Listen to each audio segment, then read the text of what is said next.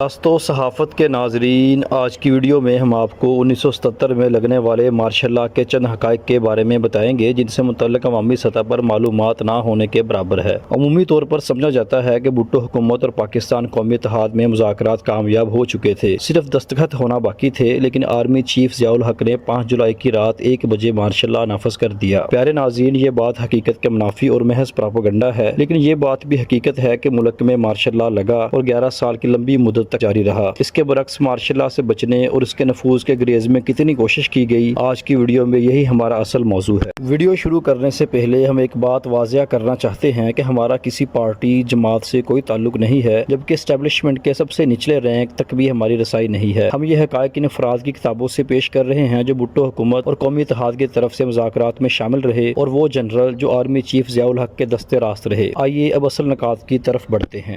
پیارے ناظرین، جنرل فیض علی Chishti operation fair play کے انچارج تھے۔ مارشل لا کی ساری کارروائی ان کے زیر انتظام ہوئی۔ جنرل فیض علی چشتی اپنی کتاب بھٹو، ضیاء اور میں لکھتے ہیں کہ 14 جون 1977 کو ہم تمام کور کمانڈرز جنرل ضیاء کے پاس آئے۔ جنرل ضیاء ہمیں لے کر بھٹو کے پاس پہنچے۔ جنرل ضیاء سمیت ہم تمام کور کمانڈرز نے بھٹو صاحب سے کہا کہ آپ دوبارہ الیکشن کروائیں ورنہ فوج اقتدار پر قبضہ کر لے گی۔ اسی کتاب میں جنرل صاحب ایک اور موقع پر لکھتے ہیں کہ جنرل خالد محمود عارف، جنرل ریاض خان اور جنرل چشتی کو جنرل ضیاء نے حکومت کا تختہ الٹنے کے لیے اپنے گھر بلایا۔ اس وقت حکومت اور پی این اے میں مذاکرات ہو رہے تھے۔ جنرل ضیاء نے کہا کہ مذاکرات کا نتیجہ معلوم کرنے کے بعد میں آپ کو احکامات دوں گا۔ ہم سب نتیجہ کا انتظار کرتے رہے۔ تھوڑی دیر بعد اطلاع آئی کہ بھٹو صاحب نے کہا میں پی این اے کی نئی شرائط کا جواب 4 جولائی کو دوں گا۔ جنرل ضیاء سمیت تینوں جنرلوں نے خدا کا شکریہ ادا کیا کہ مفاہمت کی امید پیدا ہو گئی ہے، اس لیے مارشل لا لگانے کی کوئی ضرورت نہیں ہے۔ پیارے ناظرین، قومی اتحاد کی طرف سے مذاکراتی ٹیم میں جماعت اسلامی کے پروفیسر غفور احمد بھی شامل تھے۔ وہ اپنی کتاب پھر مارشل لا آ گیا میں لکھتے ہیں کہ پاکستان قومی اتحاد یعنی پی این اے میں شامل چند رہنما چاہتے تھے کہ ملک میں مارشل لا لگ جائے۔ وہ مذاکرات کے مخالف تھے۔ ان رہنماؤں میں بیگم نسیم ولی خان، بلخ شیر مزاری، مولانا شاہ احمد نورانی اور اصغر خان شامل تھے۔ اس بات کی تصدیق مولانا کوثر نیازی نے بھی کی۔ مولانا کوثر نیازی بھٹو حکومت کی طرف سے مذاکرات میں شامل ہوتے تھے۔ انہوں نے اپنی کتاب اور لائن کٹ گئی میں لکھا ہے کہ 2 جولائی 1977 کو پی این اے کی مذاکراتی ٹیم مختلف نکات پر اتفاق رائے پیدا کرنے کے بعد واپس گئی تو اصغر خان نے ان کو آڑے ہاتھوں لیا اور کہا کہ آپ پیچھے ہٹ جائیں، مذاکرات کی ضرورت نہیں ہے۔ فوج کی طرف سے میں ضمانت دیتا ہوں کہ مارشل لا لگنے کے بعد 90 دن کے اندر اندر فوج ملک میں الیکشن کروا دے گی۔ مولانا کوثر نیازی اپنی اسی کتاب میں لکھتے ہیں کہ 3 جولائی کی صبح آزاد کشمیر کے سابق صدر سردار قیوم مجھ سے ملنے آئے اور کہا کہ آپ بھٹو صاحب سے کہیں کہ وہ پی این اے اور حکومت کے درمیان ہونے والے معاہدے پر جلدی دستخط کر دیں، کیونکہ پی این اے کے چند رہنماؤں کے فوج کے ساتھ تعلقات ہیں اور وہ مارشل لا لگوانے کی دھمکی دیتے ہیں۔ مولانا کوثر نیازی کہتے ہیں کہ میں نے اسی وقت بھٹو صاحب کو فون پر اس خوفناک خبر کی اطلاع دی، لیکن بھٹو صاحب نے اس کو سنجیدگی سے نہ لیا۔ پیارے ناظرین، بھٹو صاحب بہت فکر مند تھے کہ تاریخ نے کس نام سے یاد کرتی ہے۔ وہ نہیں چاہتے تھے کہ ان کے بارے میں لکھا جائے کہ بھٹو نے الیکشن میں دھاندلی کروائی ہے، اس لیے بھٹو صاحب مذاکرات کو لمبا کھینچتے رہے تاکہ دوبارہ الیکشن سے بچا جا سکے۔ نتیجہ یہ ہوا کہ ملک میں مارشل لا لگ گیا۔ ناظرین، اگر ویڈیو اچھی لگی تو شیئر کیجیے اور لائک کیجیے۔